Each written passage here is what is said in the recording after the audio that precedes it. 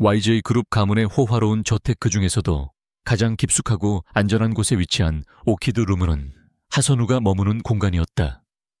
방은 최고급 실크, 벽지와 값비싼 가구들로 채워져 있었지만 그곳은 집이라기보다는 정교하게 제작된 새장에 가까웠다. 창문은 방탄 유리였고 문 밖에는 항상 2명의 경호원이 그림자처럼 서 있었다. 그녀의 하루는 분 단위로 계획된 스케줄에 따라 움직였다. 아침 1위 이규급시 기상 전담 영양사가 설계한 식단 주치 2의 정기 검진, 그리고 태아의 발육을 위한 가벼운 산책. 이 모든 과정은 최소 3명의 인원이 지켜보는 가운데 이루어졌다. 그들의 눈에는 하선우라는 한 명의 여성이 아닌 YJ그룹의 차기 후계자를 담은 그릇만이 존재했다. 오늘도 예외는 아니었다. 주치의가 태아의 심박수를 확인하는 동안 선우는 천장에 화려한 샹들리에를 무심하게 바라보았다. 그녀의 표정은 잔잔한 호수와 같았지만 그 수면 아래에서는 누구도 짐작할 수 없는 격렬한 소용돌이가 휘몰아치고 있었다. 그녀는 이 모든 감시와 통제를 묵묵히 견뎌내고 있었다. 태아는 아주 건강합니다. 예정이라도 차질이 없을 것 같군요. 주치의가 안경을 고쳤으며 보고했다. 그의 목소리에는 환자에 대한 따뜻함 대신 중요한 프로젝트의 경과를 보고하는 엔지니어의 무미건조함이 배어 있었다. 선우는 천천히 상체를 일으키며 얇은 가운을 여몄다. 그때 육중한 문이 소리 없이 열리고 한 남자가 들어섰다. YJ그룹의 젊은 총수 강지훈이었다. 최고급 이탈리아 원단으로 맞춘 수트를 입은 그는 방 안의 공기마저 얼려버릴 듯한 냉기를 풍기며 다가왔다. 그는 선우에게는 눈길조차 주지 않고 곧장 주치의가 들고 있는 태블릿 PC로 시선을 향했다. 상태는, 그의 목소리는 낮고 차가웠다. 마치 기계의 성능을 묻는 듯했다. 주치의는 허리를 굽히며 방금 전의 보고를 반복했다. 완벽합니다, 회장님. 모든 수치가 최상의 상태를 유지하고 있습니다. 강지훈은 그제야 고개를 들어 선우를 바라보았다. 그의 눈빛은 아내를 보는 남편의 눈빛이 아니었다. 그것은 자신이 막대한 돈을 투자한 자산의 상태를 확인하는 소유주의 눈빛이었다. 그는 선우의 배를 잠시 바라보았을 뿐 그녀의 얼굴은 거들떠보지도 않았다. 좋아, 문제없이 진행되도록 해. 출산까지 남은 기간 동안 사소한 실수도 용납하지 않겠다.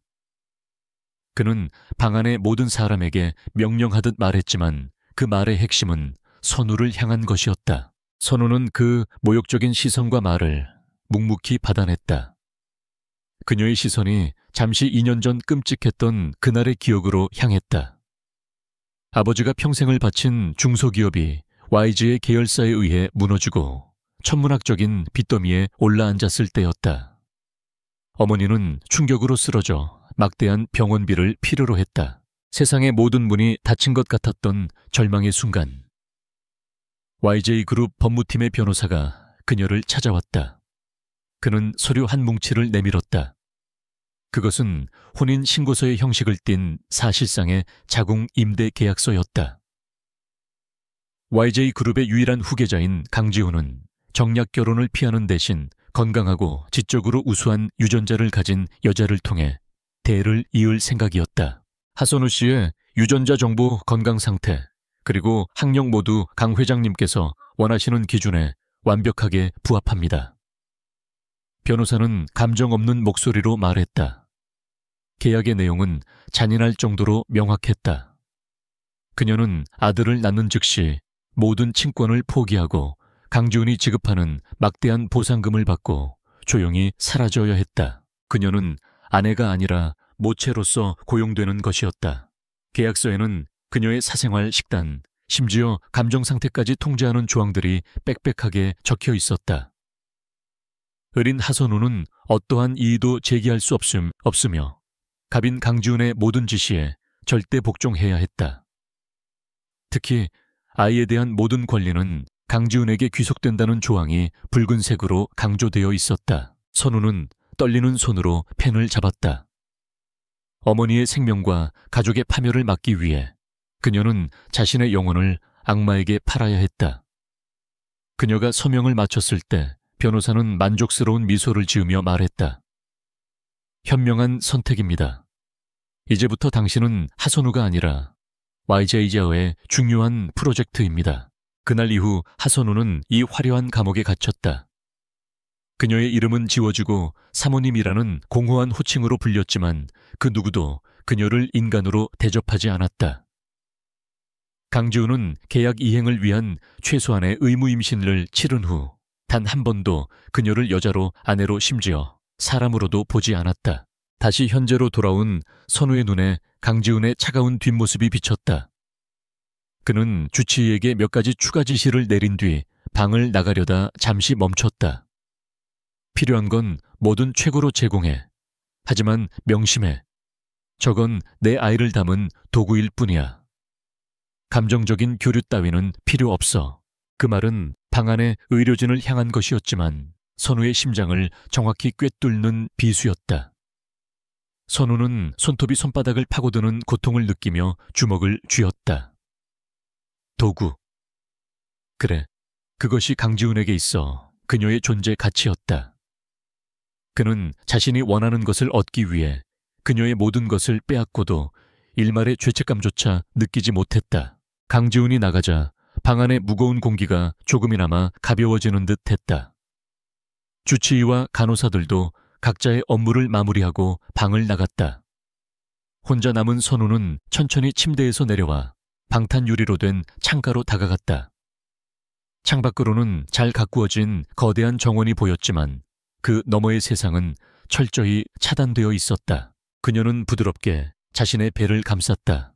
이 안에는 그녀의 피와 살을 나눈 생명이 자라고 있었다. 강지훈은 이 아이를 자신의 제국을 이어받을 후계자 또 하나의 트로피로 생각하겠지만 선우에게는 이 세상의 전부였다. 그녀는 이 아이를 도구의 아들로 만들 생각이 없었다. 지난 2년간 그녀는 겉으로는 순종적인 모체 역할을 수행하면서도 물밑에서는 치밀하게 계획을 세우고 있었다. 강지훈의 오만함과 방심이 그녀에게는 유일한 무기였다. 그는 그녀를 너무나 얕보았고 그저 돈이면 모든 것을 통제할 수 있다고 믿었다. 그는 그녀가 가진 지성 강인한 의지 그리고 모성애라는 가장 강력한 변수를 간과하고 있었다. 선우는 강지훈의 시스템 안에서 그가 제공하는 최고 수준의 교육 자료와 정보망을 역으로 이용했다. 태교라는 명목해 그녀는 경제 경영 그리고 IT 보안에 이르기까지 YJ그룹의 핵심 정보들에 접근했다. 강지훈은 그녀가 자신의 아이에게 조기 교육을 시킨다고 생각했지만 선우는 자신과 아이의 탈출을 위한 지식을 쌓고 있었다. 그녀는 또한 강지훈이 모르는 사실을 하나 가지고 있었다. 임신 초기에 주치의를 매수하여 얻어낸 정보였다. 물론 YJ의 주치의는 아니었다. 그녀는 아주 잠깐의 외부 진료 기회를 이용해 강지훈의 감시망을 벗어난 검사를 받았던 것이다. 그것은 그녀의 계획의 가장 중요한 핵심 변수가 될 터였다. 저택의 보안 시스템은 완벽해 보였지만 선우는 그 시스템을 설계한 인간의 심리를 파고들었다. 그녀는 경호원들과 하녀들의 교대 시간, 그들의 미묘한 습관, 그리고 저택의 보안 루틴을 매일같이 분석하고 기록했다. 그녀는 강지훈이 자신을 출산 도구로 취급하는 것을 역이용했다. 도구는 감정이 없기에 의심받지 않았다. 밤이 깊어지고 저택이 고요함에 잠겼을 때 선우는 침대 밑에 숨겨둔 작은 태블릿을 꺼냈다. YJ의 감시망을 피하기 위해 극도로 보안 처리된 장치였다. 그녀는 조심스럽게 화면을 켰다. 화면에는 복잡한 코드와 데이터들이 떠올랐다. 그녀는 자신의 탈출 자금을 마련하고 강지훈의 눈을 속일 새로운 신분을 만들기 위해 비밀리에 움직이고 있었다. 그녀는 자신이 낳을 아이를 빼앗길 운명에 순응할 생각이 추호도 없었다. 강지훈은 그녀를 짓밟고 버릴 생각이었지만 그는 자신이 누구를 상대로 게임을 하고 있는지 전혀 모르고 있었다. 그는 오만함의 대가를 치르게 될 것이며 그녀는 자신의 아이와 함께 반드시 이 지옥에서 벗어날 것이다. 선우는 다시 창밖을 바라보았다. 칠흑 같은 어둠 속에서 그녀의 눈빛은 그 어느 때보다 차갑고도 강렬하게 타오르고 있었다. 그녀는 단순한 도구가 아니었다. 그녀는 어머니였고 자신을 짓밟은 자에게 복수할 기회를 기다리는 전략가였다. 계약의 끝은 강지훈이 정하는 것이 아니라 자신이 정할 것이다. 그녀는 이 거대한 저택 강지훈의 제국에 첫 번째 균열을 내기 시작했다. 그는 아직 깨닫지 못하고 있었다. 자신이 들인 출산 도구가 사실은 자신의 모든 것을 무너뜨릴 수 있는 가장 날카로운 칼날이 될 것이라는 사실을. 선우는 그 칼날을 조용히 그리고 아주 예리하게 갈고 있었다. 5년이라는 시간이 흘렀다. 강지훈의 제국에서 벗어난 하선우의 삶은 180도 달라져 있었다.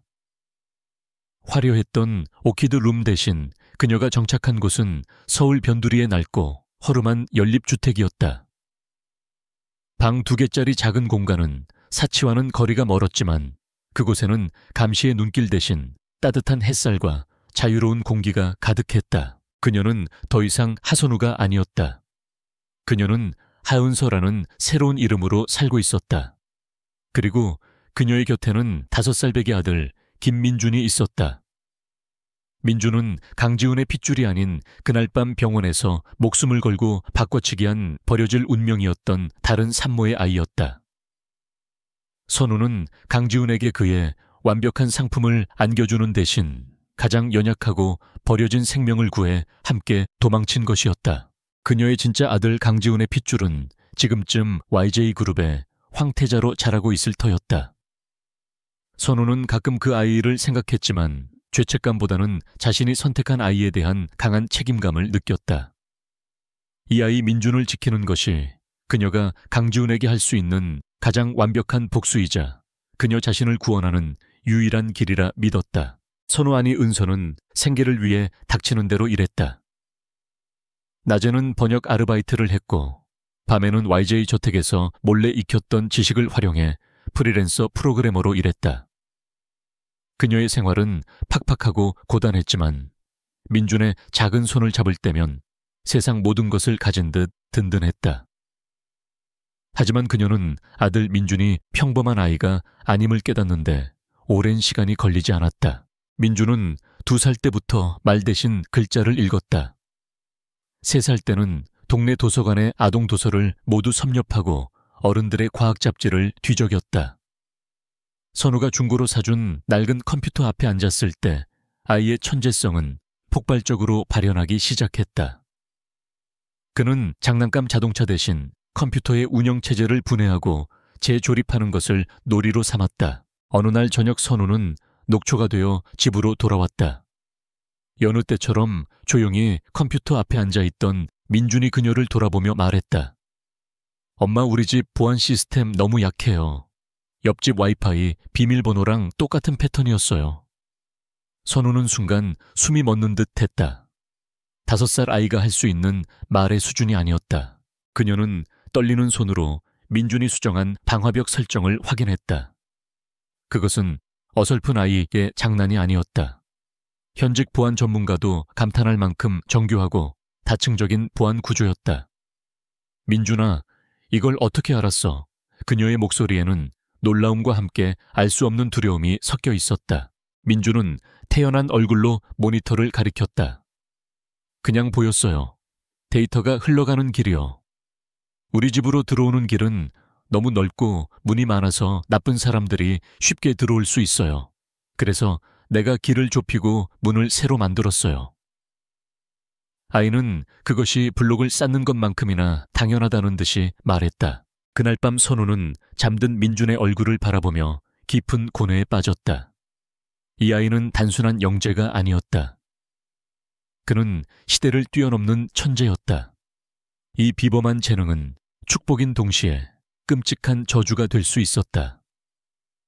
만약 강지훈이, 만약 YJ그룹이 이 아이의 존재를 알게 된다면 그는 민준을 가만두지 않을 것이다.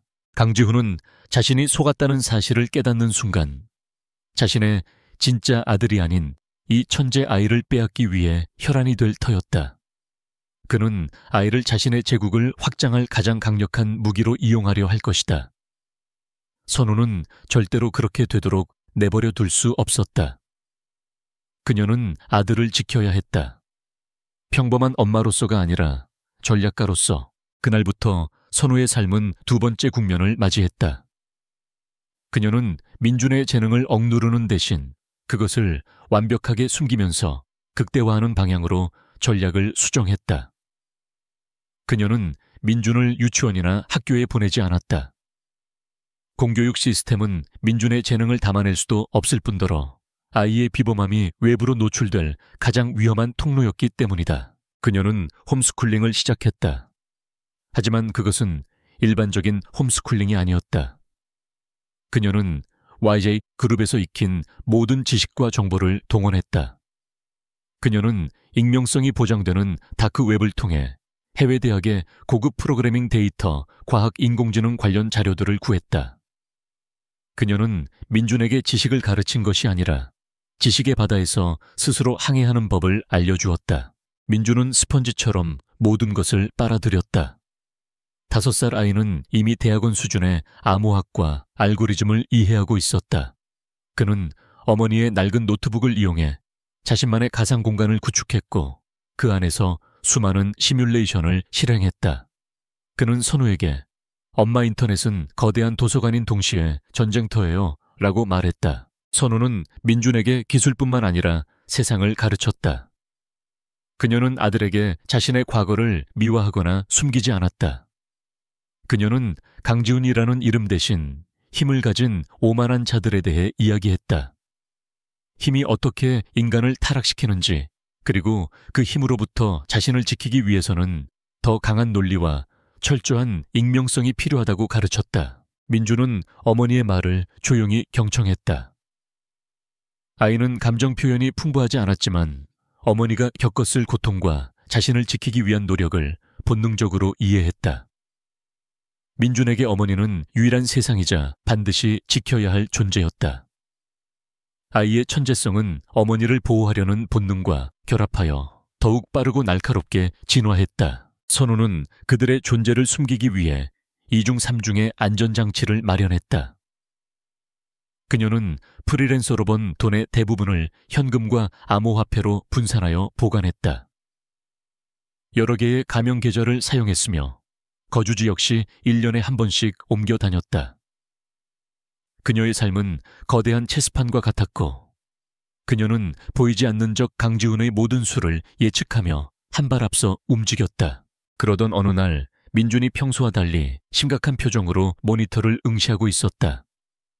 선우가 다가가자 민준이 화면을 가리켰다. 화면에는 YJ그룹의 로고와 함께 타이탄 프로젝트라는 이름이 떠 있었다. 그것은 YJ그룹이 차세대 성장 동력으로 야심차게 추진 중인 거대 인공지능 운영 시스템이었다. 엄마. 민준이 입을 열었다. 이 사람들 집을 아주 화려하게 지었는데 기초공사가 엉망이에요. 선우의 심장이 차갑게 내려앉았다.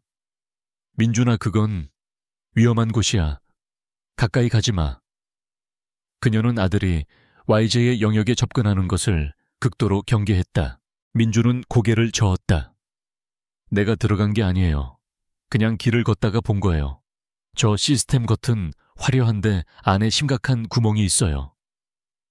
저 구멍을 이용하면 누구든 저 집을 무너뜨릴 수 있어요.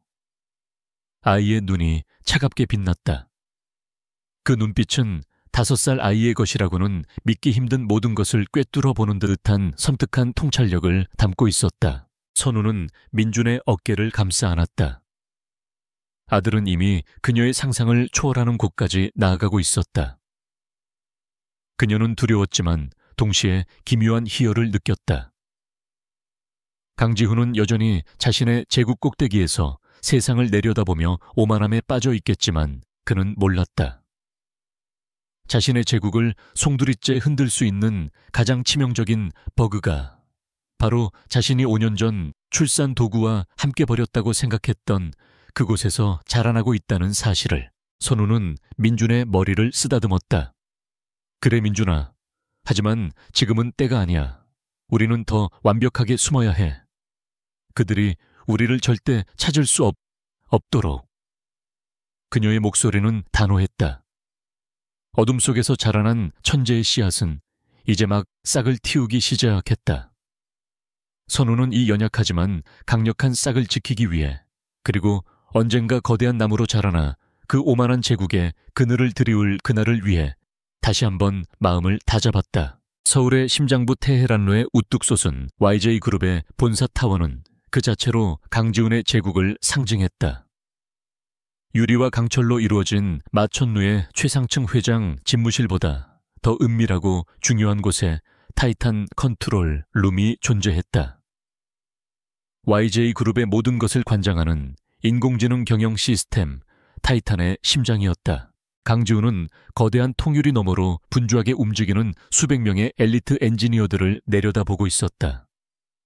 그의 얼굴에는 제국을 완성한 황제의 오만함이 가득했다. 타이탄은 그의 가장 위대한 업적이었다. 물류 재무인사, 심지어 R&D까지 YG의 모든 혈관은 타이탄을 통해 흐르고 있었다. 타이탄은 완벽합니다, 회장님. 전략기획실장이 아첨 섞인 목소리로 보고했다. 이번 분기 예상 수익률은 타이탄의 최적화 알고리즘 덕분에 예측치를 15%나 상회하고 있습니다. 경쟁사들은 감히 따라올 수 없는 격차입니다.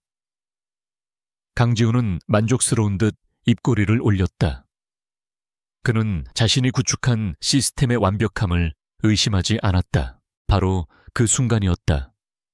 방 전체를 감싸고 있던 거대한 메인 스크린이 일순간 붉은 빛으로 전멸했다. YJ그룹의 주가를 나타내던 파란색 그래프가 수직으로 곤두박질치기 시작했다.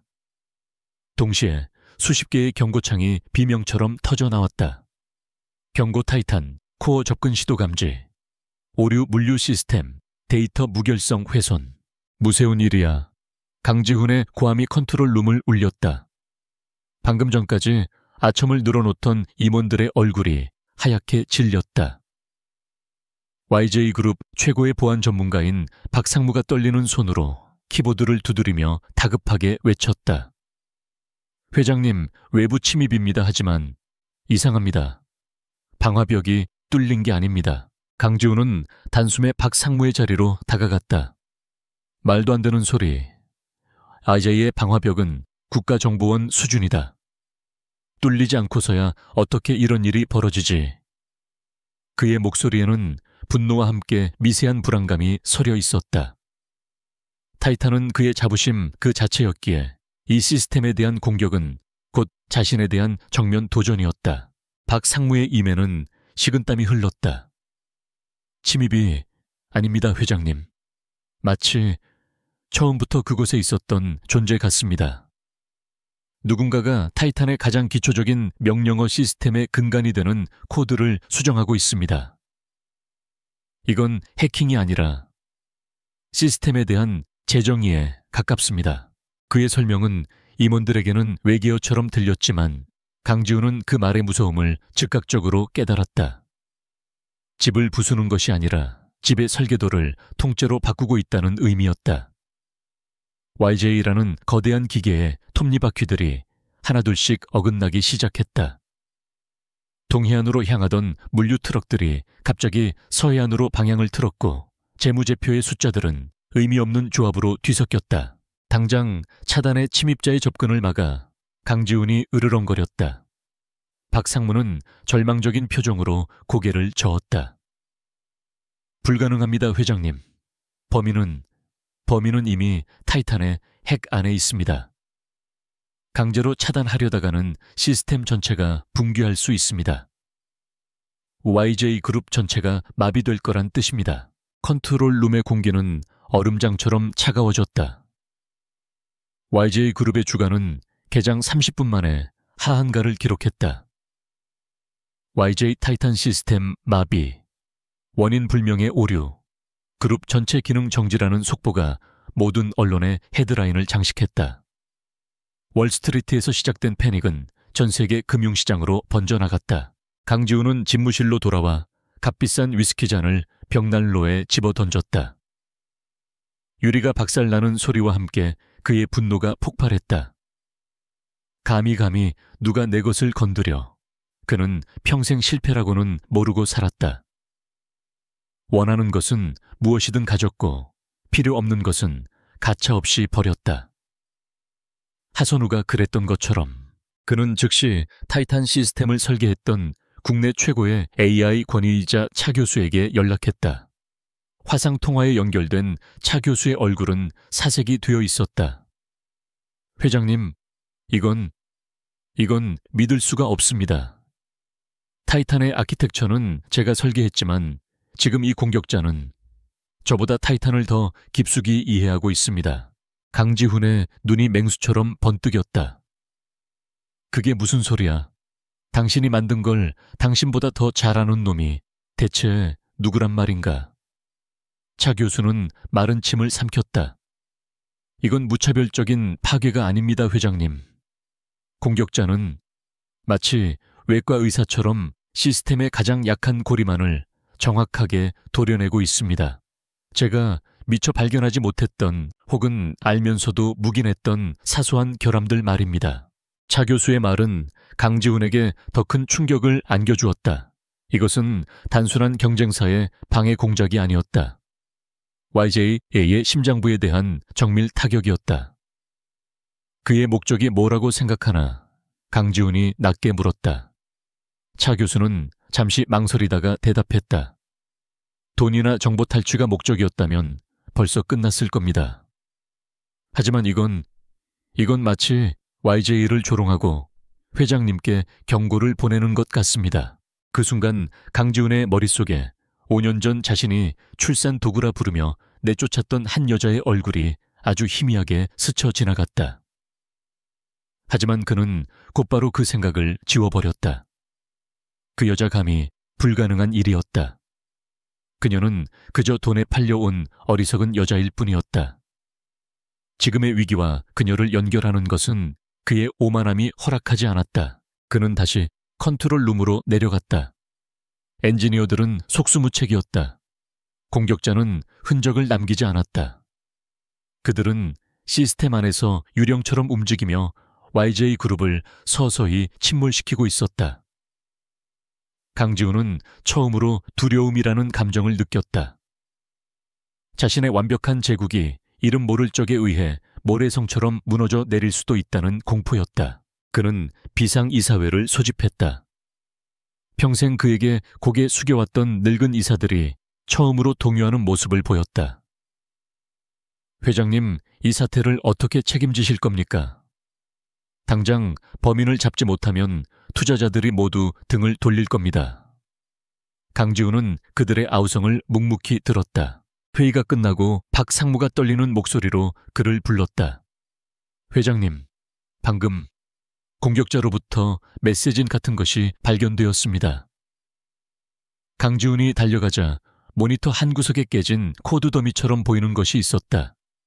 박 상무가 그것을 해독하자 단 한 줄의 문장이 나타났다.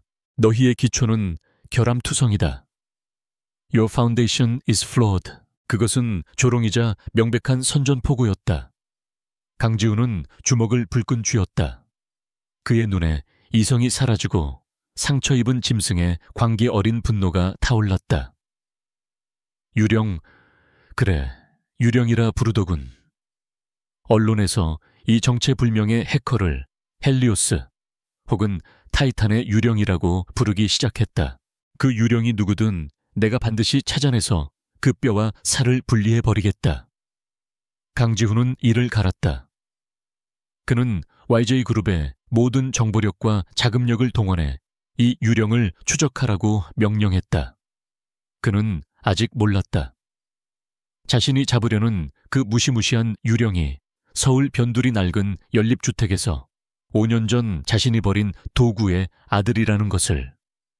제국의 거대한 균열은 그렇게 시작되고 있었다. YJ그룹 본사타워 40층. 강지훈이 급조한 타이탄 비상대응팀의 워룸은 24시간 꺼지지 않는 불빛과 자욱한 커피향, 그리고 절망적인 긴장감으로 가득 차 있었다.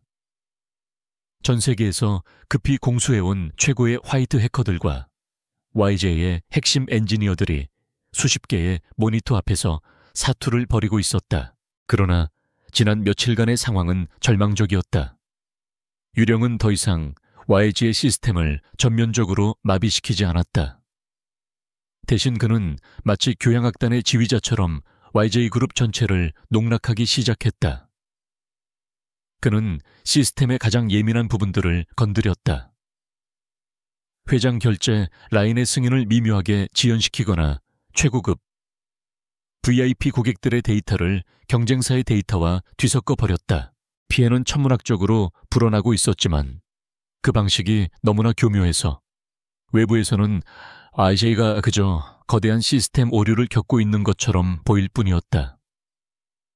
강지훈은 이가 갈렸다. 이것은 단순한 공격이 아니었다. 이것은 능욕이었다. 자신을 향한, 자신의 제국을 향한 완벽한 조롱이었다. 차차 안나, 강지훈의 고함요함이 월음을 울렸다. 그의 핏발선 눈은 사냥감을 놓친 맹수처럼 번뜩였다. 보안총괄 박상무가 초췌한 얼굴로 다가왔다. 그는 72시간째 잠을 자지 못한 상태였다. 회장님 아직입니다. 그는 말 그대로 유령입니다. 흔적을 남기지 않습니다. 무능한 놈들 수백억을 쏟아부었는데 고작 한다는 말이 그거야. 강지훈이 서류 뭉치를 집어던졌다. 그때 워룸 한쪽에서 조용히 코드를 분석하던 차 교수가 자리에서 일어났다. 그의 얼굴에는 피로감 대신 기묘한 경외심마저 서려 있었다. 회장님, 방금 아주 이상한 현상을 발견했습니다. 모두의 시선이 차 교수에게 향했다.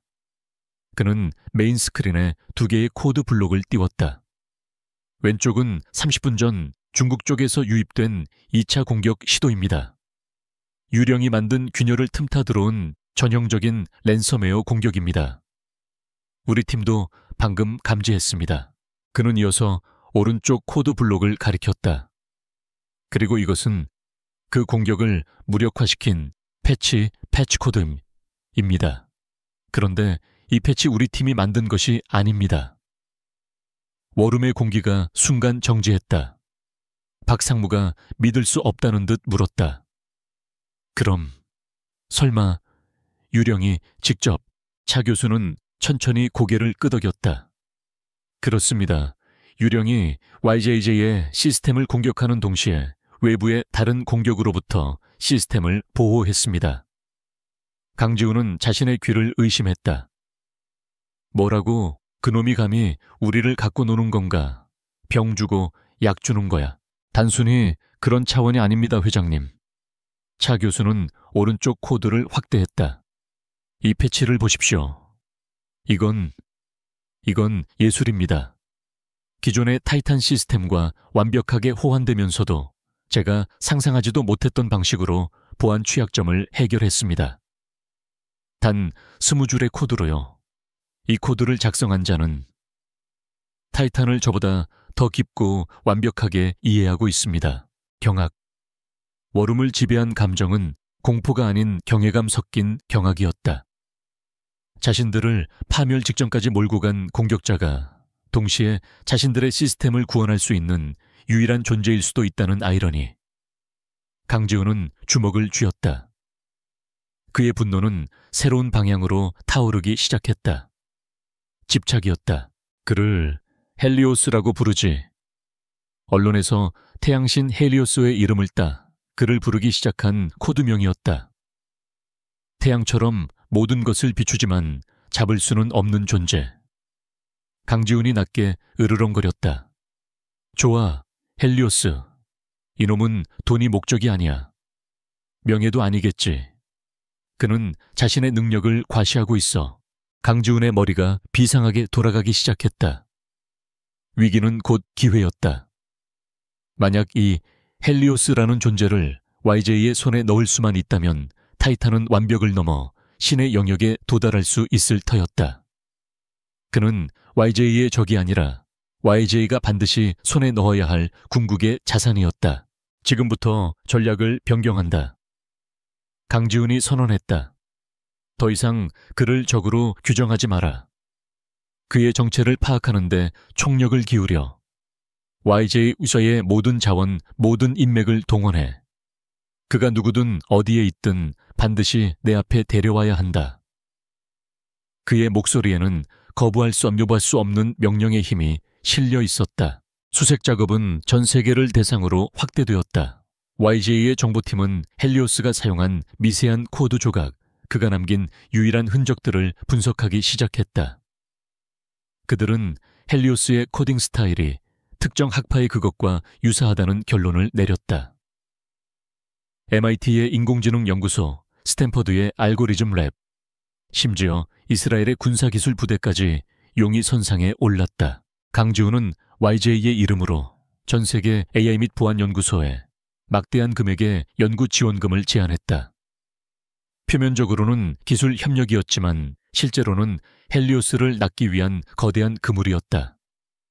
그는 헬리오스가 분명 학계에 있거나 혹은 자신의 천재성을 알아주길 바라는 젊은 영재일 것이라 확신했다.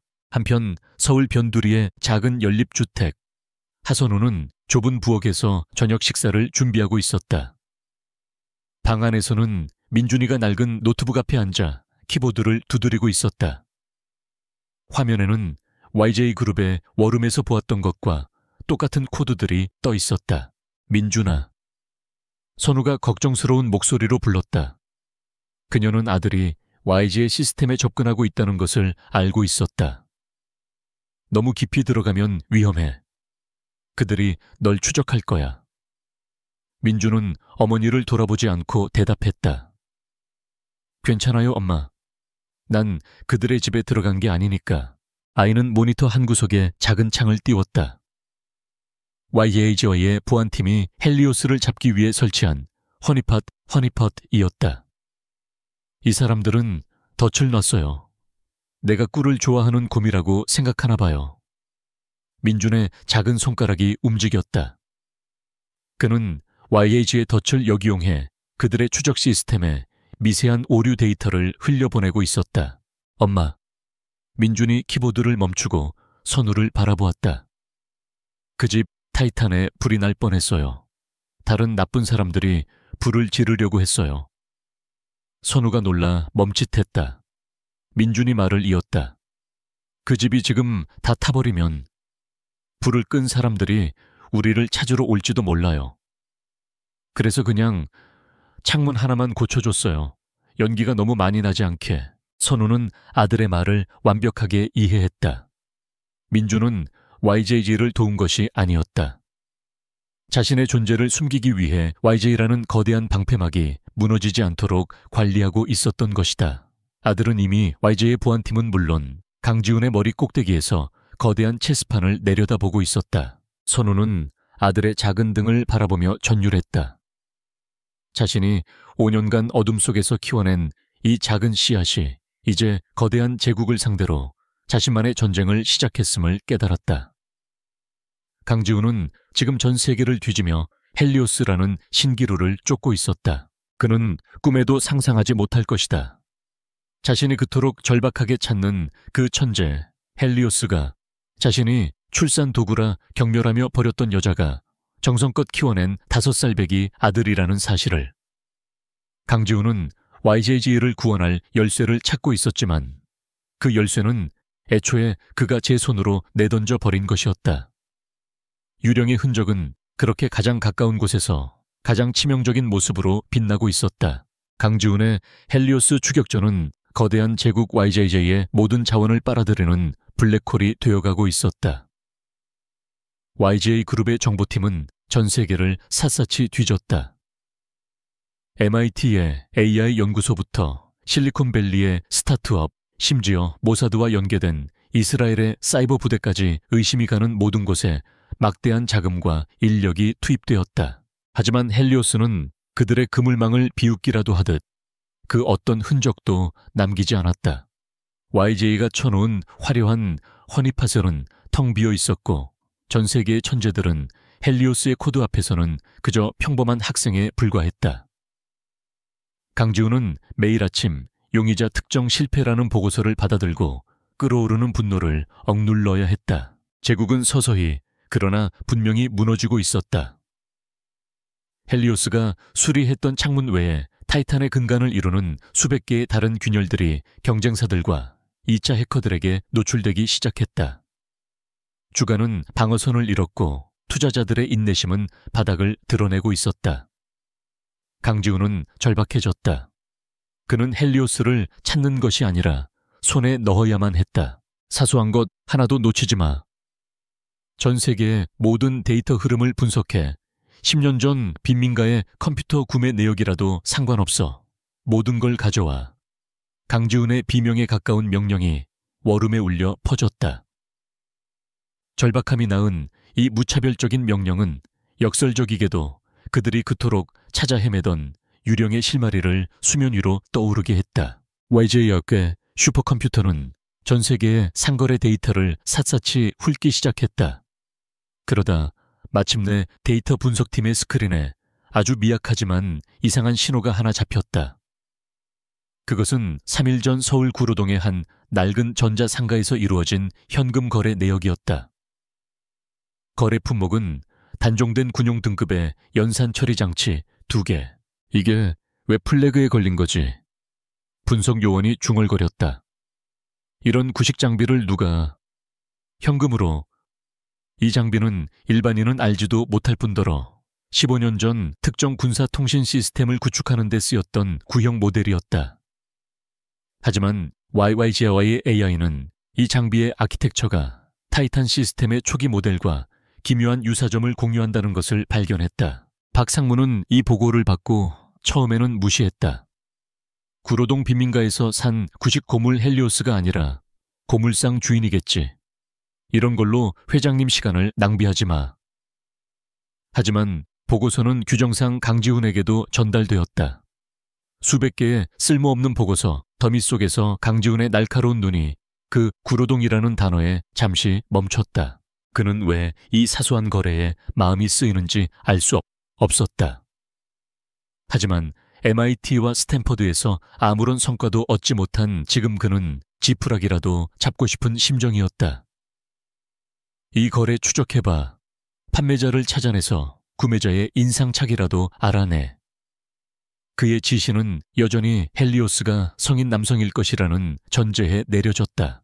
정보팀이 상가에 낡은 CCTV를 복원하고 판매자를 신문하는 데는 하루가 차에 걸리지 않았다. 결과는 실망스러웠다. 구매자는 모자와 마스크로 얼굴을 가린 평범한 여자였으며 현금을 지불하고 유유히 사라졌다는 것이었다.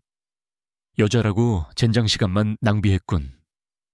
박상무가 보고서를 구겨버리려던 순간 강지훈이 그의 손을 제지했다. 잠깐. 여자. 강지훈의 뇌리에 5년 전 자신이 출산 도구라고 불렀던 그 여자의 얼굴이 다시 한번 이번에는 훨씬 더 선명하게 스쳐 지나갔다. 그 여자의 이름. 하선우. 그는 비서실에 연락했다. 5년 전 나와 이혼한 하선우. 그녀에 대한 모든 기록 지금 당장 내 방으로 가져와. 비서실은 당황했다. 이미 모든 관계가 정리되고 기록상으로도 삭제된 인물이었기 때문이다. 하지만 강지훈의 명령은 절대적이었다. 몇 시간 후 먼지 쌓인 디지털 파일이 그의 모니터에 떠올랐다. 하선우의 사진, 그녀의 가족 배경, 그리고 5년 전 그녀가 마지막으로 목격된 지역. 구로동 인근이었다.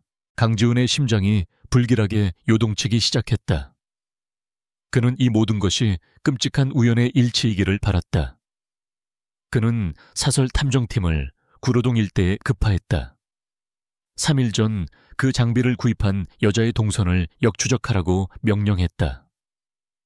그리고 그 여자 하은서라는 가명으로 살고 있는 하선우의 거주지를 찾아내는 데는 그리 오랜 시간이 걸리지 않았다. 다음 날 아침 강지훈은 자신의 집무실에서 한 장의 사진을 전송받았다.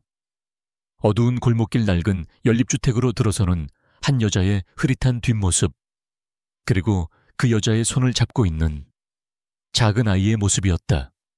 아이는 대여섯 살쯤 되어 보였다. 순간 강지훈의 머릿속에서 모든 조각들이 하나의 끔찍한 그림으로 맞춰지기 시작했다. 5년 전 자신이 버린 여자, 그녀가 데리고 사라진 아이, 그리고 정확히 5년이 지난 지금 자신의 제국을 뿌리째 흔들고 있는 천재 해커 헬리오스죠.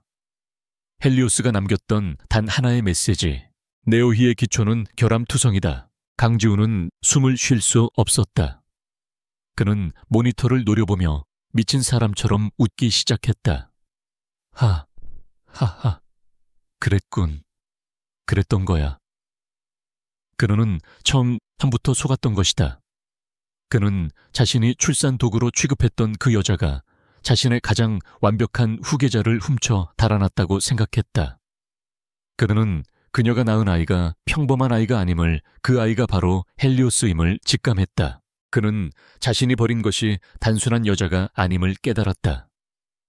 그는 자신의 제국을 구원할 유일한 열쇠, 아니 자신의 제국 그 자체보다 더 가치 있는 존재를 제 손으로 내던졌던 것이다. 그 여자는 5년 동안 자신을 향한 증오심으로 아들을 무기로 키워냈던 것이다. 핫소누, 그가 그녀의 이름을 불렀다. 더 이상 도구를 부르는 경멸적인 어조가 아니었다. 자신과 유일하게 대적할 수 있는, 혹은 이미 자신을 넘어선 존재를 부르는 두려움과 경외, 그리고 지독한 집착이 뒤섞인 목소리였다. 그의 분노는 사라졌다. 그 자리에는 모든 것을 잃을 수도 있다는 차가운 공포가 들어섰다. 그는 헬리오스라는 익명의 해커를 쫓고 있었던 것이 아니었다. 그는 자신의 아들을, 자신의 유일한 희망을 되찾아야 했다. 하지만 그 아들은 자신을 세상에서 가장 증오하는 여자의 손에 있었다. 강지훈은 즉시 박상무에게 연락했다. 헬리오스 수색팀 전원 철수시켜. 박상무가 의아해했다. 예, 하지만 회장님. 강지훈의 목소리는 얼음처럼 차가웠다. 이제부터 이건 수색이 아니다. 회수 작전이다. 그는 깨달았다. 자신이 괴물이라고 생각했던 헬리오스는 사실 자신의 핏줄이었다. 그리고 진짜 괴물은 그 핏줄을 도구로 취급하고 버렸던 바로 자기 자신이었음을. 오만한 황제는 자신의 가장 치명적인 실수를 깨닫는 순간 처음으로 이성을 잃고 공황에 빠지기 시작했다. 그는 그녀를 그리고 자신의 아들을 되찾기 위해서라면 무슨 짓이든 할 준비가 되어 있었다. 하선우의 삶은 지난 5년간 단 하루도 평화롭지 않았다. 그것은 언제 터질지 모르는 시한폭탄을 안고 사는 듯한 날카롭게 조여진 현과 같은 긴장의 연속이었다. 강지훈이라는 거대한 그림자는 그녀가 하은서라는 새 이름으로 숨어 지내는 이 낡은 연립주택까지도 어른거리고 있었다. 그날 저녁 그녀는 여느 때처럼 민준을 위한 저녁을 준비하면서도 창밖에 사소한 소리 하나하나에 신경을 곤두쓰고 있었다. 그때 자신의 낡은 노트북과 군용 등급의 연산 장치를 연결해 만든 조악하지만 강력한 관제탑 앞에 앉아있던 민준이 입을 열었다. 목소리는 낮고 침착했지만 선우는 그 안에 담긴 긴급함을 즉각 알아차렸다. 엄마, 이상해요.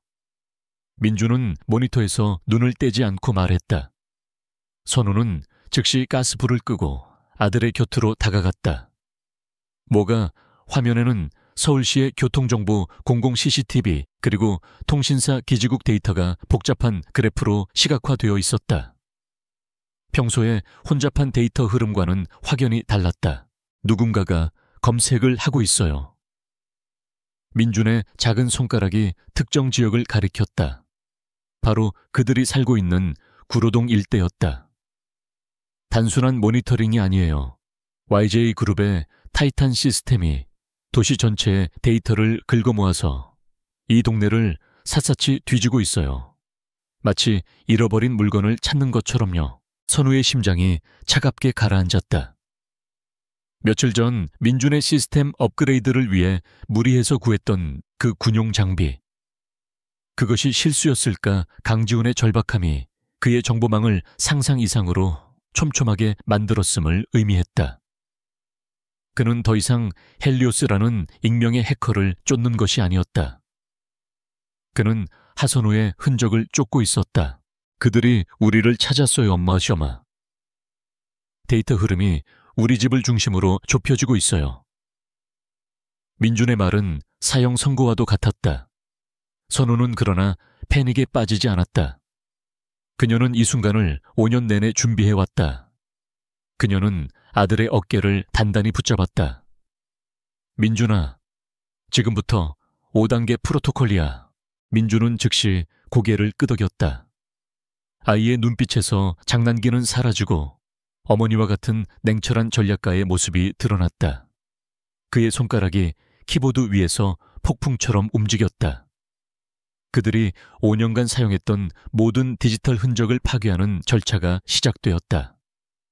데이터는 복구 불가능하게 파쇄되었고 동시에 수십 개의 가짜 흔적, false trails, 이 부산 제주도, 심지어 동남아시아에 IP로 생성되기 시작했다. 선우는 방바닥의 낡은 장판 밑에 숨겨두었던 비상 가방을 꺼냈다. 그 안에는 김은서와 김민준이 아닌 이수진과 이진호라는 이름에 완벽하게 위조된 신분증과 여권이 들어있었다. 또한 그녀가 5년간 프리랜서 프로그래머로 일하며 모으고 타이탄의 취약점을 이용해 비밀리에 공매도, 숏셀링 하여 불린 막대한 자금이 담긴 암호화폐 지갑, 하드웨어, 월렛도 있었다. 엄마, 그들이 오고 있어요. 10분, 아니 8분 거리예요. 민준이 YJ 사설 경호팀의 차량 이동 경로를 실시간으로 해킹해 보여주었다. 강지훈은 경찰을 동원하지 않았다. 이것은 법적인 절차가 아닌 사적인 회수 작전이었다. 그들은 조용히 그리고 무자비하게 모자를 덮칠 생각이었다. 시간 없어. 정문은 안 돼. 선우는 민준을 들쳐채 업었다. 그녀는 방 한구석의 낡은 옷장으로 달려갔다. 옷장 뒤편에는 그녀가 이 집으로 이사온 첫날부터 파두었던 옆집에 버려진 건물로 통하는 비밀 통로가 있었다. 그녀는 민준과 함께 어둡고 먼지 쌓인 통로로 몸을 밀어 넣었다. 그들이 통로로 사라진 지 불과 3분 뒤 쾅 하는 소리와 함께 낡은 현관문이 부서져 나갔다. 검은 정장을 입은 YJ의 경호팀이 들이닥쳤다. 그들을 맞이한 것은 텅 빈 방과 아직 온기가 채 가시지 않은 저녁 식사, 그리고 모든 데이터가 완벽하게 삭제된 채 파괴된 컴퓨터뿐이었다. 놓쳤다. 회장님께 보고해. 당장 전 구역을 봉쇄해. 경호팀장의 고함이 빈방을 울렸다. 하지만 선우와 민준은 이미 몇 블록 떨어진 지하철역의 인파 속으로 사라진 뒤였다. 그들은 일부러 사람들로 붐비는 2호선을 타고 몇 번의 환승을 거쳐 그들의 동선 추적을 완벽하게 따돌렸다. 그들이 향한 곳은 공항이 아니었다. 강지훈이 가장 먼저 봉쇄할 곳이 바로 인천국제공항임을 선우는 잘 알고 있었다. 그들은 서울 외곽의 허름한 모텔에 도착해서야 비로소 짧은 숨을 돌렸다. 선우는 가방에서 새로운 노트북을 꺼내 전원을 켰다. 민준아, 준비됐어. 민준이 고개를 끄덕였다. 선우는 노트북을 통해 그녀가 오래전부터 접촉해왔던 스위스 취리히의 한 AI 연구소 ETH, 주리츠와 유사한 가상의 연구소의 보안 네트워크에 접속했다. 그곳은 민준이 헬리오스가 아닌 익명의 수학 천재 M으로 제출한 논문들을 보고 일찌감치 그에게 특별 연구원 자격을 제안한 곳이었다. 그들은 단순한 도망자가 아니었다. 그들은 망명을 신청하는 것이었다. 민준의 천재성을 보호하고 그 재능을 YJ 같은 제국을 위한 무기가 아닌 인류를 위한 선물로 발전시킬 수 있는 유일한 곳이었다. 그곳만이 강지훈의 영향력에서 벗어날 수 있는 안전지대였다. 모든 준비는 끝났다. 자산은 스위스 은행에 익명 계좌로 옮겨졌고 새로운 신분으로 예약된 취리히행 항공권도 확보되었다. 문제는 단 하나, 어떻게 강지훈의 감시망이 하늘을 덮고 있을 인천국제공항을 통과하느냐였다. 선우는 창밖을 바라보았다. YJ 그룹의 주가가 폭락하고 있다는 뉴스가 모텔 TV에서 흘러나오고 있었다. 강지훈은 이제 이성을 잃었을 것이다. 그는 헬리오스를 아니 자신의 아들을 되찾기 위해 공항 전체를 마비시킬 수도 있었다. 엄마 무서워요. 민준이 그녀의 손을 꼭 잡았다. 선우는 아들의 작은 손을 마주 잡았다. 그녀의 눈빛은 5년 전 그 화려한 감옥에서 복수를 다짐하던 때보다 더 강하고 단호하게 타오르고 있었다. 아니 민준아, 엄마는 무섭지 않아. 그녀는 아들을 바라보며 미소를 지었다. 우리는 도망치는 게 아니야. 그동안의 지긋지긋한 게임을 끝내러 가는 거야. 그리고 엄마가 그 남자에게서 모든 것을 빼앗아 올 시간이야. 그녀는 강지훈이 자신을 출산 도구로 취급했던 것을 기억했다. 이제 그녀는 그 오만한 황제에게서 가장 소중한 것, 그의 제국을 구원할 유일한 희망을 영원히 빼앗아갈 참이었다. 그들은 모텔을 나섰다. 평범한 관광객처럼 보이는 이수진과 이진호.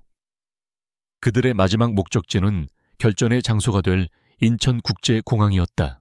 인천국제공항. 대한민국을 드나드는 모든 관문이 모이는 거대한 심장부. 그러나 오늘 이곳은 평소의 분주함과는 다른 보이지 않는 쇠사슬에 묶인 듯한 살벌한 기운이 감돌고 있었다.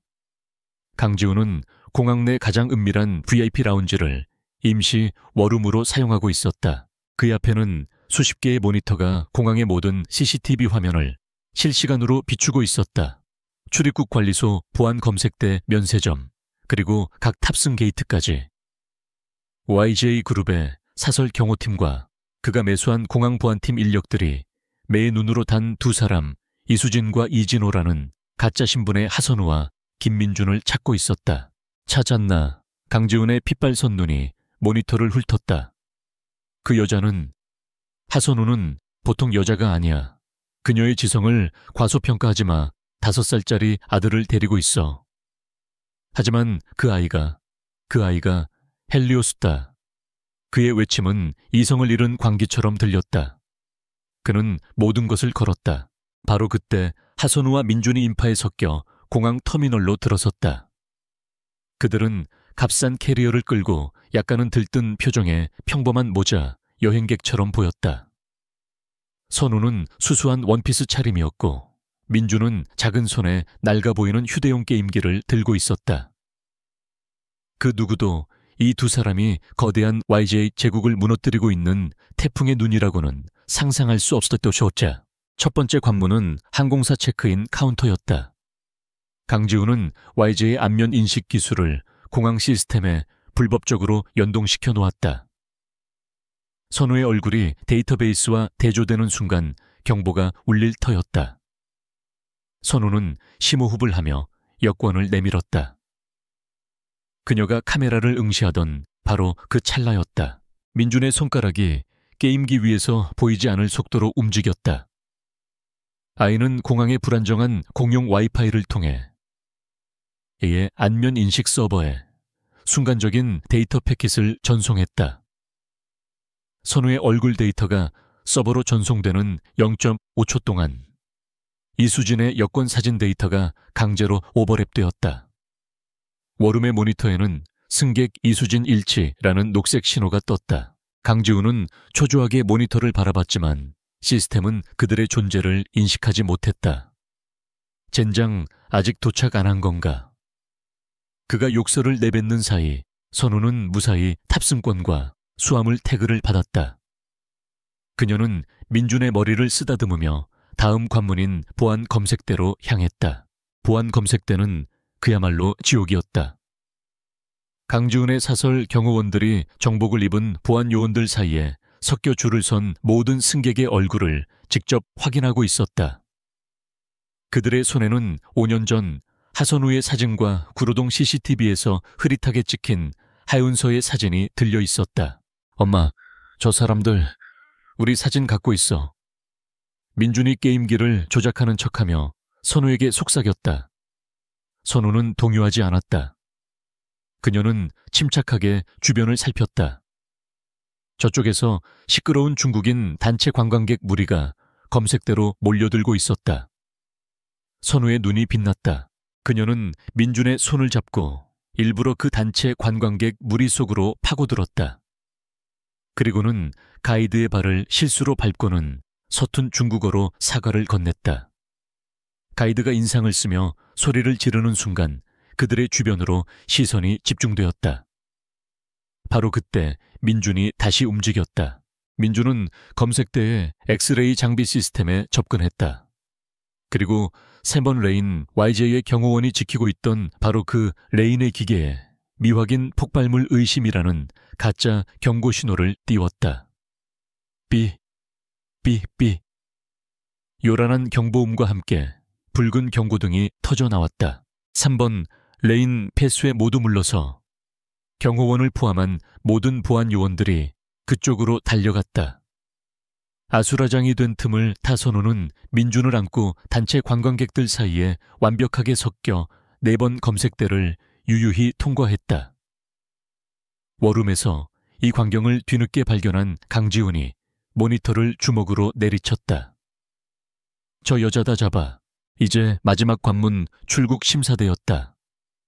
이곳은 YJ의 사설 경호원들이 함부로 통제할 수 없는 법무부 소관의 국가 시스템이었다. 하지만 강지훈은 이미 출국 심사대를 통과한 후의 구역, 즉 면세구역 전체에 자신의 인력들을 거미줄처럼 깔아놓았다. 그들이 심사대를 통과하는 순간 사방에서 덮칠 생각이었다. 선우와 민준은 자동 출국 심사대 앞에 섰다. 여권을 스캔하고 지문을 인식시켰다. 이수진과 이진호의 신분은 완벽했다. 딩동. 문이 열리고 2 사람은 마침내 면세대 면세구역으로 들어섰다. 그리고 그 순간 사방에서 검은 정장들이 그들을 향해 달려오기 시작했다. 엄마, 민준이 외쳤다. 뛰어 선우는 민준의 손을 잡고 미친 듯이 달리기 시작했다. 그들의 목적지는 취리히행 비행기가 대기 중인 나샬 3번 게이트, 공항의 반대쪽 끝이었다. 거기서 경호원들이 소리치며 뒤쫓았다. 공항은 순식간에 추격전의 무대가 되었다. 승객들이 비명을 지르며 흩어졌다. 선우는 달리면서도 냉정함을 잃지 않았다. 그녀는 무빈워크 대신 인파가 가장 많은 면세점 구역을 가로지르며 달렸다. 경호원들은 승객들을 밀치며 그들을 쫓았다. 그때 민준이 다시 한번 게임기를 조작했다. 공항 전체의 모든 게이트 안내 모니터가 일제히 깜빡였다. 그리고 모든 정보가 뒤바뀌기 시작했다. 43번 게이트 취리히행은 게이트 변경 12번으로 바뀌었고 12번 게이트 나리타행은 결항으로 바뀌었다. 공항 전체가 혼란에 빠졌다. 12번 게이트 놈들이 12번으로 갔다. 경호팀장이 무전으로 소리쳤다. YJ의 인력 대부분이 반대쪽 12번 게이트로 달려갔다. 선우는 그 틈을 놓치지 않고 원래의 목적지인 3번 게이트로 방향을 틀었다. 그녀의 전략과 아들의 천재성이 완벽한 합작품을 만들어낸 순간이었다. 43번 게이트가 눈앞에 보였다. 탑승 마감을 알리는 안내방송이 흘러나오고 있었다. 선우는 마지막 남은 힘을 다해 달렸다. 다 왔어 민준아, 다 왔어. 그녀의 말이 끝나기도 전에 게이트로 향하는 통로가 가로막혔다.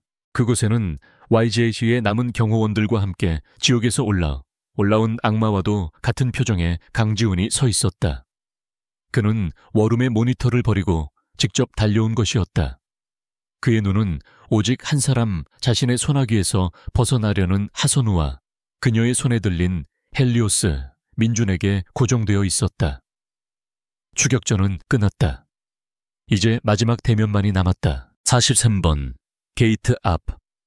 하선우와 강지훈 사이의 거리는 불과 10m 남짓이었지만 그 사이에는 5년이라는 증오와 경멸의 시간이 칠흑 같은 심연처럼 놓여 있었다. 마지막 탑승 안내 방송이 신경질적으로 울려 퍼졌지만 그 소리는 2 사람의 팽팽한 대치 속으로 빨려 들어가는 듯했다. 강지훈은 거친 숨을 몰아쉬었다. 그의 완벽하게 정돈된 머리카락은 공항을 가로지르며 달려온 탓에 땀으로 젖어 흐트러져 있었다. 하지만 그의 눈빛은 사냥감을 코너로 몬 맹수처럼 번뜩였다. 그는 남은 경호원들에게 턱짓을 했다. 당장 저 아이를 회수해. 그의 목소리는 아직 YJ, 제국 황제의 오만함을 잃지 않고 있었다. 하선우, 감히 내 아들을 훔쳐 달아날 생각을 하다니. 5년 동안 숨어 지낸 배짱은 가상하지만 이제 내년에 유치한 연극은 끝났다. 그는 민준을 자신의 소유물로 선우를 도둑으로 규정했다. 하지만 하선우는 5년 전 오키드 룸에 갇혀있던 무력한 여자가 아니었다. 그녀는 민준을 등 뒤로 감싸며 강지훈을 똑바로 노려보았다. 그녀의 목소리는 차가운 얼음 조각처럼 날카로웠다. 당신 아들이라고 당신은 5년 전 내 아이가 아니라 상품을 원했어. 그리고 난 당신에게 상품을 줬지. 그녀는 강지훈이 5년 전 병원에서 속았다는 사실을 암시했다. 강지훈의 눈이 순간 흔들렸다. 그가 알고 있는 헬리오스가 자신의 핏줄이 아닐 수도 있다는 생각, 혹은 자신이 완전히 기만당했다는 사실이 그의 분노에 불을 붙였다. 닥쳐, 그 아이가 내 핏줄이든 아니든 그 능력은 이제 내 것이다. 그가 경호원들에게 다시 손짓하려던 바로 그 순간이었다. 엄마, 민준이 선우의 등 뒤에서 작은 목소리로 속삭였다. 아이는 낡은 게임기 화면을 선우에게 보여주었다. 화면에는 YJ그룹의 로고가 붉게 전멸하며 산산조각 나는 그래픽이 떠 있었다. 그 사람의 집 타이탄, 지금 완전히 무너지고 있어요. 거의 동시에 강지훈의 주머니에서 휴대폰이 미친 듯이 진동하기 시작했다. 비상대응팀의 박상무였다. 강지훈은 짜증스럽게 전화를 받았다. 뭐야? 지금 바쁜 거 안 보여. 그의 고함에 경악에 찬 박상무의 비명이 수화기 너머로 새어나왔다. 회장님, 끝났습니다. 타이탄이, 헬리오스가 심어둔 논리폭탄이 지금 터졌습니다. 코어 시스템이 완전히 융해되고 있습니다. 막을 수가 없습니다, 주식시장. 서킷 브레이커가 발동됐고, 이젠 YJ는 끝입니다, 회장님. 쿵. 강지훈의 손에서 휴대폰이 떨어져 바닥에 부딪히는 소리가 유난히 크게 울렸다. 그의 뇌가 그 말을 이해하는데 몇 초의 시간이 걸렸다. 타이탄의 붕괴, YJ의 종말, 그의 모든 것, 그의 제국이 단 몇 초 만에 재가 되어 사라졌다는 의미였다. 그의 얼굴에서 핏기가 가시고 오만함이 썰물처럼 빠져나갔다. 그 자리를 채운 것은 생존 본능에 가까운 원초적인 공포였다. 그는 무너지는 제국을 구원할 유일한 동아줄을 바라보았다. 바로 자신의 눈앞에 서 있는 5살 배기 아이 헬리오스였다. 아, 안 돼. 그가 비틀거리며 한 걸음 내디뎠다. 경호원들도 선우도 그의 갑작스러운 변화에 당황했다. 그는 더 이상 황제가 아니었다.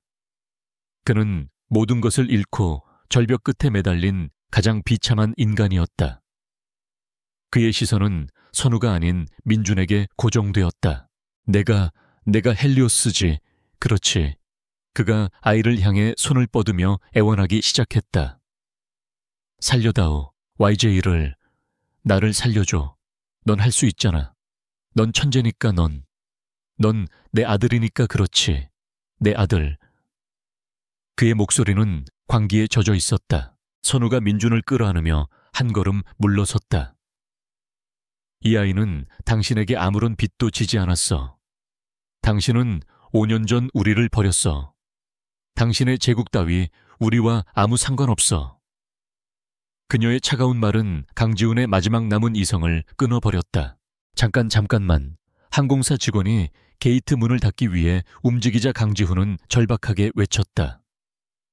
선우는 그를 무시하고 민준의 손을 잡은 채 게이트를 향해 몸을 돌렸다. 바로 그때 인천국제공항의 모든 승객과 직원들이 경악할 만한 일이 벌어졌다. 제발, 강지훈이 절규하며 앞으로 몸을 날렸다. 그는 선우를 덮친 것이 아니었다. 그는 그녀의 발 앞에 차가운 대리석 바닥에 그대로 무릎을 꿇었다.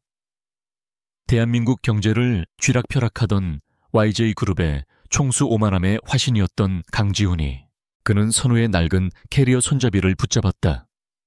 그리고 이내 그녀의 다리를 붙잡고 매달렸다. 선우야, 하선우 내가 잘못했다. 제발 가지마. 내가 다 잘못했어. 그의 어깨가 격렬하게 떨리기 시작했다. 눈물이 굴욕과 공포와 절망이 뒤섞인 뜨거운 눈물이 그의 뺨을 타고 흘러내렸다. 내가 널 도구라고 불렀던 거 다 취소할게. 뭐든 줄게. YJ그룹, 아니 이제 없지만 내 남은 모든 걸 다 줄게. 내 목숨이라도 줄게. 제발 그 아이만, 민준이만, 헬리오스만, 나를 구원해줄 그 아이만 두고 가지마. 그의 울부짖음은 더 이상 협박이 아닌 처절한 애원이었다. 주변의 모든 것이 정지했다. 경악에 빠진 승객들이 휴대폰 카메라를 꺼내들기 시작했다. 강지훈의 경호원들조차 자신들의 주인이 한낱 도구 취급했던 여자의 발치에 무릎 꿇고 우는 모습을 믿을 수 없다는 듯 굳어버렸다. 선우는 자신에게 매달려 우는 남자를 조용히 내려다보았다. 그녀의 눈에는 증오나 통쾌함 대신 깊은 연민과 얼음 같은 냉정함이 공존했다. 그녀는 천천히 그리고 단호하게 자신의 다리를 붙잡은 강지훈의 손을 떼어냈다. 강지훈 씨. 그녀가 처음으로 그의 이름을 제대로 불렀다. 당신은 5년 전에도 나를 인간으로 보지 않았고 지금 이 순간에도 민준이를 인간으로 보지 않아. 당신 눈에 민준이는 그저 당신의 무너진 제국을 다시 세워줄 궁극의 도구일 뿐이야. 그녀는 민준의 손을 다시 고쳐 잡았다. 하지만 민준이는 내 아들이야. 도구가 아니라. 그녀는 무릎 꿇린 남자를 지나쳐 게이트로 향했다. 잘 가요. 당신의 잿더미 속에서. 그녀의 마지막 말은 사형 선고처럼 차갑게 울려 퍼졌다. 안 돼. 하선우 안 돼. 강지훈이 바닥에 엎드린 채 그녀의 뒷모습을 향해 절규했다. 하지만 선우는 단 한 번도 뒤돌아보지 않았다. 그녀는 민준과 함께 탑승 게이트 안으로 당당히 걸어 들어갔다. 항공사 직원이 당황한 표정으로 문을 닫았다. 강지훈은 텅 빈 게이트 앞 차가운 바닥에 무릎 꿇린 채 홀로 남겨졌다.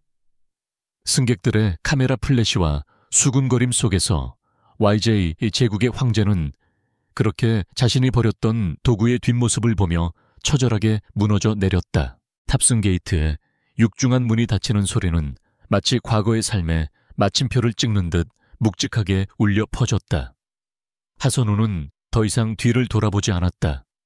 그녀는 민준의 작은 손을 굳게 잡고 비행기로 향하는 연결 통로를 묵묵히 걸어갔다. 강지훈의 마지막 절규가 희미하게 들려왔지만 그것은 이미 다른 세상의 소리처럼 멀게만 느껴졌다. 비행기 좌석에 앉아 안전벨트를 매는 순간 선우는 지난 5년간, 아니 어쩌면 그 이전부터 그녀를 짓눌러 왔던 거대한 무게가 사라지는 것을 느꼈다. 이륙을 위해 활주로를 달리는 비행기의 진동이 그녀에게는 새로운 삶의 시작을 알리는 고동소리처럼 들렸다. 창밖으로 인천의 야경이 멀어지자 그녀는 비로소 참아왔던 숨을 길게 내쉬었다. 그녀의 옆에서 민주는 낡은 게임기 대신 좌석 스크린에 떠있는 비행 경로와 운항 데이터를 흥미롭게 바라보고 있었다. 아이의 눈에는 공항에서의 긴박했던 추격 전의 공포 대신 미지의 세계에 대한 순수한 호기심이 반짝였다. 엄마 저 구름, 정난운인데 대기 상층부의 기류와 만나서 저런 모양이 됐어요. 난기류가 생길 수도 있겠네요. 선우는 그런 아들을 바라보며 희미하게 미소 지었다. 그녀는 아들의 머리를 부드럽게 쓰다듬었다. 이 아이 자신의 목숨을 걸고 지켜낸 이 작은 천재는 이제 더 이상 어둠 속에 숨어 지낼 필요가 없었다. 그녀는 이 아이에게 자유로운 하늘을 선물한 것이다. 선우의 눈가에서 한 줄기 눈물이 흘러내렸다. 그것은 슬픔이나 분노가 아닌 모든 것을 이겨낸 자의 안도와 해방의 눈물이었다. 한편 비행기가 대한민국 영공을 벗어날 무렵 인천국제공항 날쌘번 게이트 앞은 아수라장이 되어 있었다. 강지훈이 무릎을 꿇고 절규하는 모습은 수십 대의 스마트폰 카메라에 고스란히 담겼다. YJ그룹 강지훈 회장 공항서 의문의 여성에게 무릎 꿇고 오열.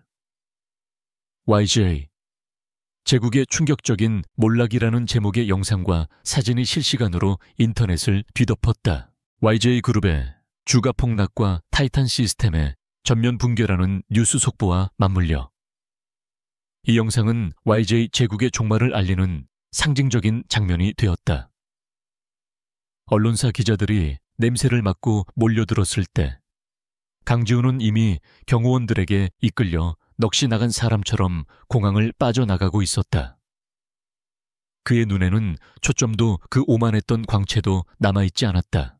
그가 돌아온 YJ타워는 더 이상 그의 제국이 아니었다. 로비는 성난 투자자들과 채권단 그리고 압수수색을 위해 들이닥친 검찰로 가득 차 있었다. 타이탄 시스템의 붕괴는 단순한 오류가 아니었다. 헬리오스, 즉 민준이 터뜨린 논리폭탄은 강지훈이 그동안 시스템을 조작해 분식회계를 저지르고 비자금을 조성했던 모든 불법적인 기초를 세상에 폭로해버린 것이었다. 그가 결함투성이라고 경고했던 것은 단순한 코드가 아니었다. 바로 강지훈 자신의 도덕성과 경영 방식 그 자체였다. YJ그룹은 단 며칠 만에 공중분해되었다. 계열사들은 줄줄이 매각 절차에 들어갔고 강지훈은 배임 횡령 주가 조작 등 셀 수 없이 많은 혐의로 구속 수감되었다. 그는 재판 내내 헬리오스를 찾아야 한다고 그 아이가 모든 것을 해결할 수 있다고 횡설수설했지만 세상은 그를 미치광이 취급했다. 그가 출산 도구라 부르며 버렸던 여자가 그리고 그녀가 키운 천재 아들이 이 모든 일의 배후라는 진실은 너무나 비현실적이어서 그저 몰락한 재벌 총수의 망상으로 치부될 뿐이었다. 몇 달 후 스위스 취리히 알프스에 눈 덮인 산자락이 내다보이는 한적하고 평화로운 도시. 하선우는 이수진이라는 이름으로 민주는 이진호라는 이름으로 새로운 삶을 시작했다. 그들은 세계적인 인공지능 연구소의 특별 게스트 자격으로 연구소에서 제공한 안락한 사택에 머물고 있었다. 그녀는 더 이상 도망자가 아니었다. 연구소의 사람들은 그녀를 미스터리 민준호의 유일한 보호자이자 가장 신뢰받는 관리자로 다유하며 존중했다. 그녀는 민준의 법률 대리인이자 그 천재성을 올바른 방향으로 이끌어줄 유일한 조력자로서 당당히 그들 앞에 섰다. 어느 맑은 날 오후 선우는 연구소 캠퍼스의 벤치에 앉아 민준을 기다리고 있었다. 민준은 노벨상 수상자들과 함께 양자 얽힘과 데이터 전송의 상관관계에 대한 난상 토론을 벌이고 있었다. 5살 아이가 세계적인 석학들과 동등한 혹은 그 이상의 수준에서 대화하는 모습은 경이로움 그 자체였다. 토론을 마친 민준이 달려와 그녀의 품에 안겼다. 엄마, 오늘 새로운 가설을 증명했어요. 빛보다 빠른 정보 전달이 가능할지도 몰라요. 아이의 얼굴은 5년 만에 처음으로 걱정이나 두려움 없이 순수한 기쁨으로 빛나고 있었다. 선우는 그런 아들을 힘껏 끌어안았다. 그녀는 저 멀리 보이는 만년설을 바라보았다. 강지훈과 YJ라는 이름은 이제 그녀의 삶에서 희미한 과거의 흉터일 뿐이었다. 그녀는 복수를 완성했지만 그 끝에 남은 것은 통쾌함이 아니라 새로운 시작에 대한 감사함이었다. 그녀는 자신의 지성과 강인함으로 거대한 제국을 무너뜨렸고 가장 소중한 것을 지켜냈다. 엄마, 행복해요. 민준이 문득 물었다. 선우는 아들의 눈을 바라보며 진심으로 미소 지었다. 그래, 민준아. 엄마는 지금 세상에서 가장 행복해. 그녀는 더 이상 누군가의 도구가 아니었다. 그녀는 한 아이의 강인한 어머니였고 스스로의 운명을 개척한 승리자였다. 두 사람 앞에는 이제 잿더미가 아닌 무한한 가능성으로 가득 찬 새로운 하늘과 새로운 지평선이 펼쳐져 있었다.